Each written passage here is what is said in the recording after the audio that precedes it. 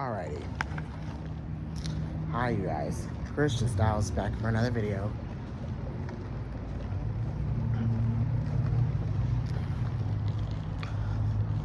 Now, part two is gonna leave off right where the first one ended, and we're gonna talk about why we split.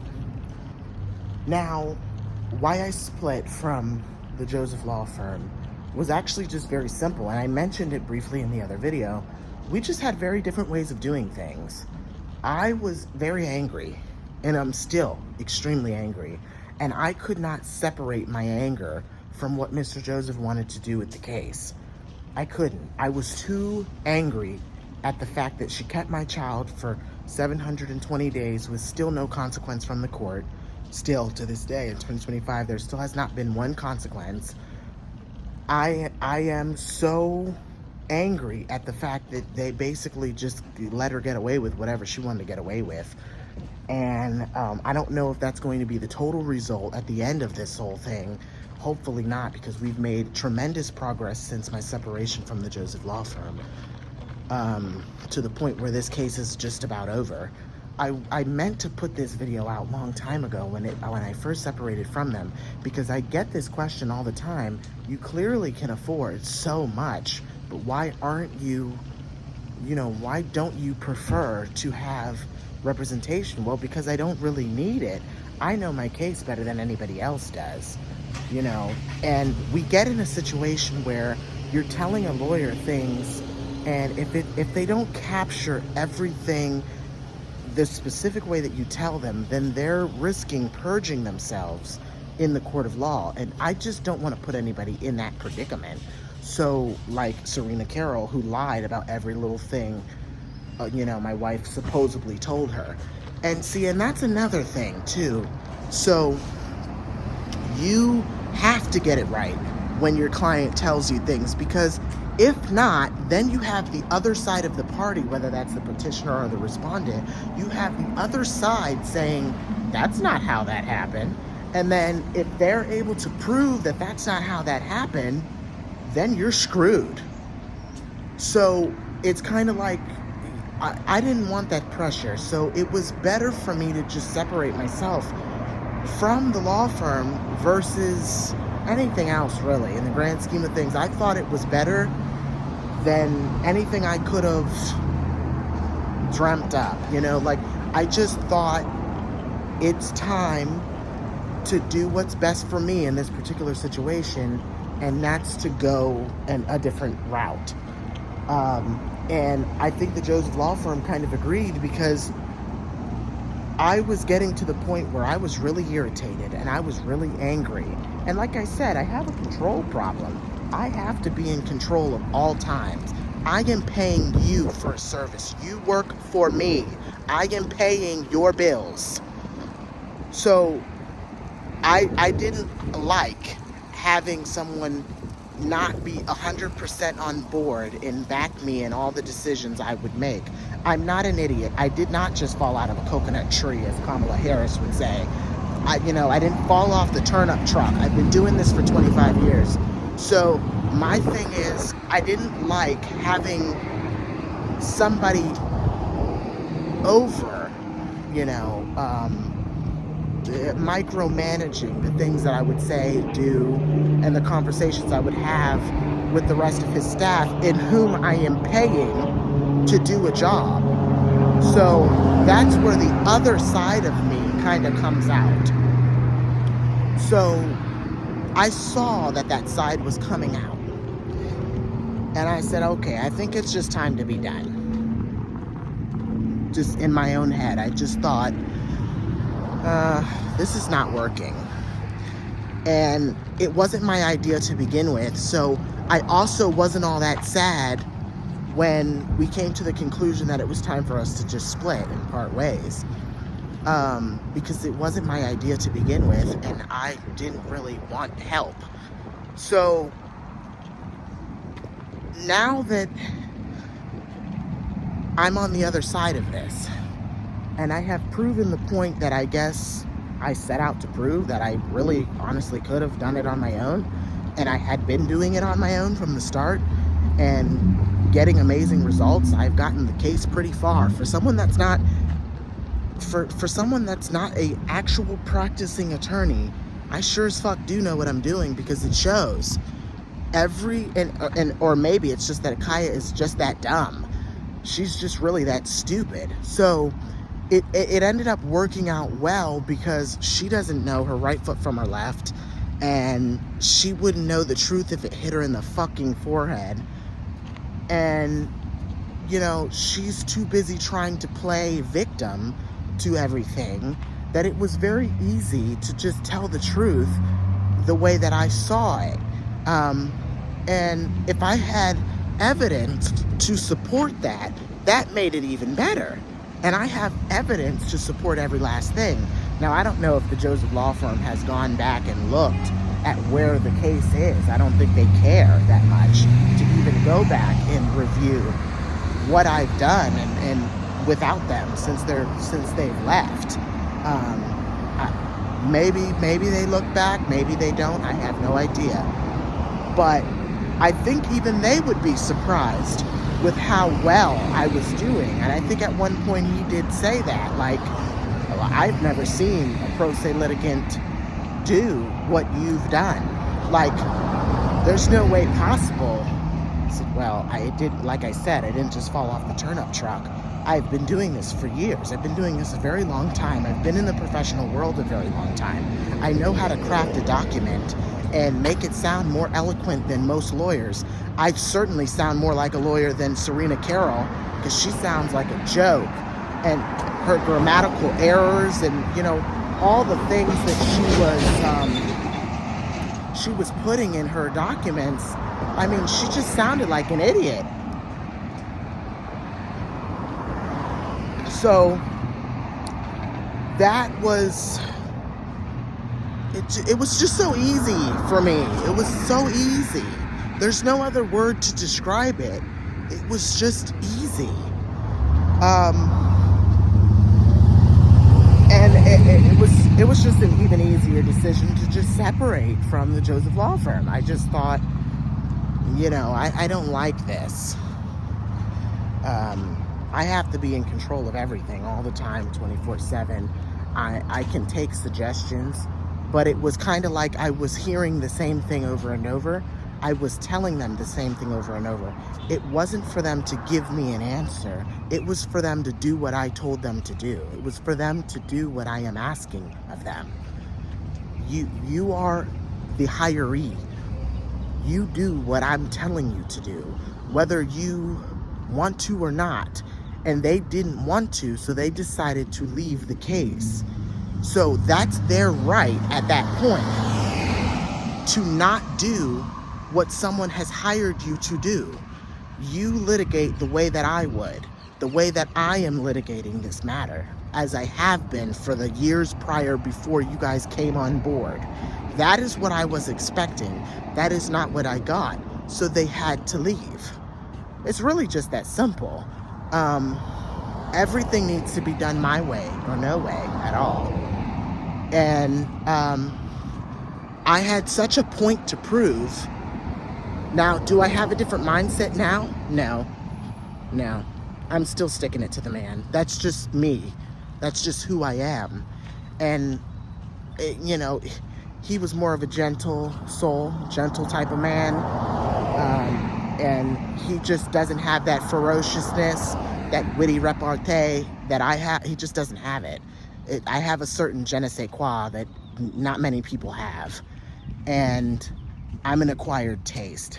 And so working with me, you almost have to have your mind and your heart all in the same mode to be able to work with me. If you don't, well, then working with me is going to be a nightmare. And I think that he sensed that, you know, I'm a domineering kind of person. And so he just thought professionally, perhaps we don't mesh. But that takes away nothing from who he is as a man, who he is as a person, who he is as a firm. It means absolutely nothing in the grand scheme of things. I still respect him as a human being, as a black man, as a business owner to business owner. I respect him 100%. I have no ill will for him whatsoever. I just said in the last video, I'd hire him again. I'd hire him again, but on different pretenses, for sure. Like, there would have to be a better understanding at the consultation if I ever needed him to do some work for me again. He would probably be one of the only people I'd want to even call.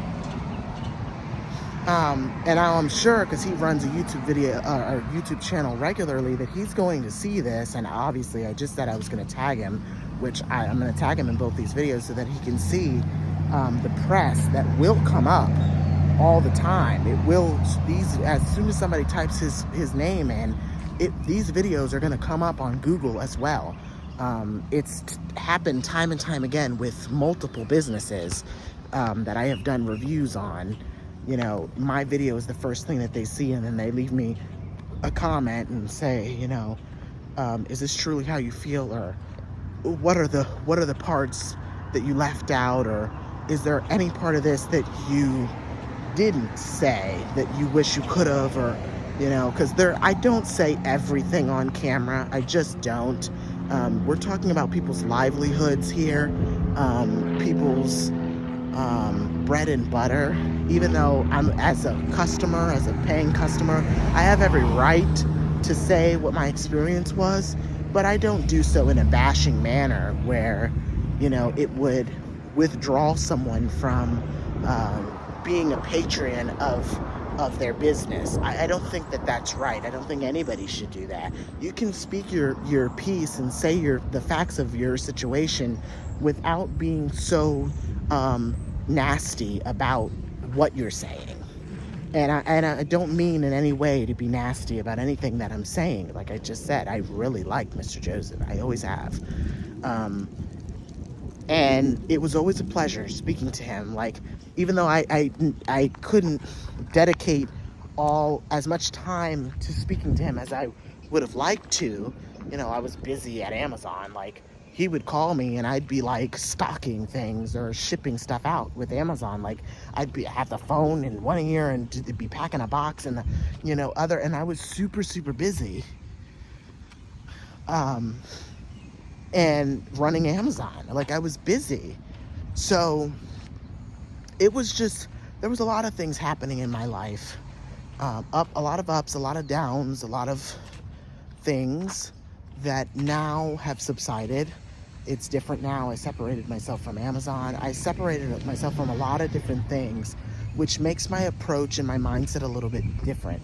And so my choice to wait to make this video was actually a good thing, because I didn't want to make it without enough time to sit and think and ponder on the entire situation, what I could have done better. I'm extremely good at reflecting on oneself. I am really good at that. And I could tell you where I went wrong in the situation. But I was angry, and you cannot blame me for being angry. I wasn't angry with them or anything that they did wrong. They were just trying to get me to see something that I was not interested in seeing at that time. I had no interest in seeing things from their point of view at that particular time, because I was so hurt and so angry that all I could think about was revenge. All I wanted to see was red, and all I saw was red. That's it. When a Cancer gets that way, watch out. That's just how it works. And they will do some of the most dangerous things that you could ever think of. We just will.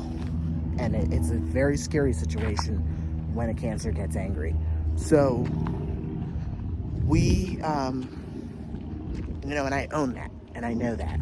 So I took the time to reflect, because I thought it was important that I reflect and not speak about somebody's brand and name and reputation in anger, because I'm not angry. I'm not mad at all. It just didn't work. Sometimes people don't mesh. Sometimes people don't go together, and that's okay. Not every, you know, like Jet Black in a Cadillac, like Tennessee in a bottle of Jack, Dolly on a tape deck. On the way back to home sweet home, like mama in the kitchen, cooking supper on the stove, like a sweet tea and a lemon, we go together like denim and rhinestones. So sometimes people don't mesh, and that's fine. I have no negativity in my heart for the firm. They did what they could for me. I appreciate it. It helped. It did help. It wasn't much, but it helped. It catapulted the case. So that's really what I was looking for. Unfortunately, it created, this whole scenario created such a rift in my personal life and my personal family life between me and my mother, because it felt like a big fuck you to her, that she was trying to help me, and then she thought that I had fired them, and I did not. So she thought, you know, I forced you into it, and to get back at me, you wasted my money by firing them. And then that, you know, they had a clause in their thing that said, you know, that it's non-refundable or blah blah blah. So, you know, she lost all the money that she put into it, which was not my intention. I kept telling her, you think that I fired them. I did not. They decided to quit. Had we actually had a decent conversation about it, you know, the what I was feeling exactly, and why I had been conversing with Daniel, the other lawyer, the way that I was, and what was really going through my head, it probably the outcome probably would have been different. But I think that he saw things going downhill. He saw things going in a different direction. And as the head of the company, he said, we're going to withdraw. We're going to pull away before this goes very, very bad. Because the stuff that you're talking about doing, you know, even out of anger, is not good. And so he did what he thought was best for his company and his brand and his reputation, which probably was a good thing. Now, they were all just thoughts. Like, I don't know if I'll ever share with you guys the email and the correspondence. I probably will, because that's just what I do here. I make sure that, you know, in all transparency, I show everybody everything. That's just how that works. And I show you both sides of things, my side of it as I'm explaining, and then their side of it. You'll see, because it's in writing, and then I can't really speak for Mr. Joseph's reputation or his mindset at the time, what he was thinking. I can't speak on that at all. I can only really share my experiences, and then if I share the document with you guys, the deciding document that made us split professionally, you guys can make your own determinations on what you thought was going through his head at that time, because I still can't figure it out quite. Because realistically, if I was going to do any of the things that I was saying I was thinking about doing, I probably would have already done them. The case had been open for a long time. It's not like I didn't know where my wife was living or where my child was, or things could have gone really, really, really, really left a long time ago. Had I taken my anger out on the woman that has destroyed my life, my wife, the way that I want to, this would have been done a long time ago, and I'd probably be in jail for life. So my thing is, I obviously have enough common sense to regulate my own emotions and to regulate my own feelings in a way that makes sense. I mean, it is what it is at this point. Like, you know, it's just beating a dead horse at this point. But I want it to be documented because I think I did mention, if I didn't mention that I had a lawyer for a short period of time, it's because it was so short-lived that it wasn't worth mentioning. When I was in Georgia is when this all took place. I don't know if in one of those marriage update videos I mentioned the Joseph Law Firm. I don't know if I did or not. I may have, because I don't know why I would exclude that. because he had such a team versus Serena Carroll. In fact, he even said, I don't even know who this woman is. I've never gone up against her. She must be some low rent lawyer, in a black hole somewhere. I don't know what hole she crawled out of, but she can go crawl back in it. Like, he had no idea who this woman was, and neither did anybody else. Like, 25 years of experience. You mean 25 years of pretending? Because we all know how I feel about Serena Carroll, so we're just gonna leave that alone. But, she's a joke. She's a joke. She wants you to believe that she's this top-notch thing, and she has not the slightest clue as to what she's doing.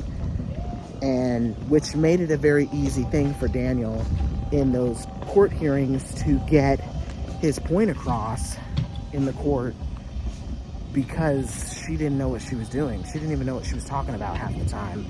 And he was very calm in his approach as well. They had a very calm way about them. And I appreciated that, because I was so high-strung and angry during this period of time that I would have never saw myself being this calm, being this aware of my emotions and thinking before I spoke. And my emotions were definitely running high during this time, which is totally understandable given everything that has taken place. So you're talking about a father that loves their child more than they probably love themselves.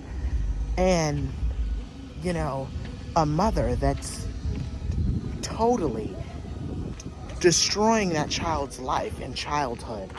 And she knows it, too. It's not like you don't know the long-term repercussions of what you're doing. You don't even have a father your damn self. You know exactly what you're doing to your child. You're gonna make him end up as fucked up in the head as she is about a parent that is actively trying to be there, that you're not allowing to be there. Or you want to paint this picture as if I'm not here, when I've been here longer than you. I've been more invested than you. I've put more money into this than her. I've put more time, energy, blood, sweat, and tears into making sure that he's good, making sure that he's insured, making sure all of those things that he needs, that he has, while she has done none of which. Still to this day, he doesn't have insurance under her. He has insurance under me, and this is why I want to split things down the middle, because I don't want her benefiting from anything that I'm paying for.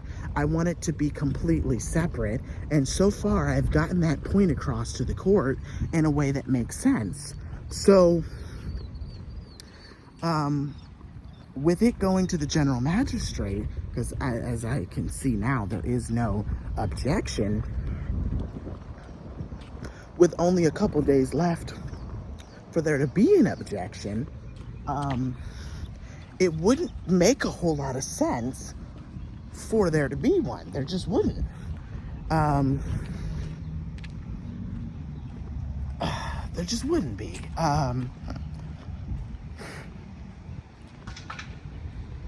In any case,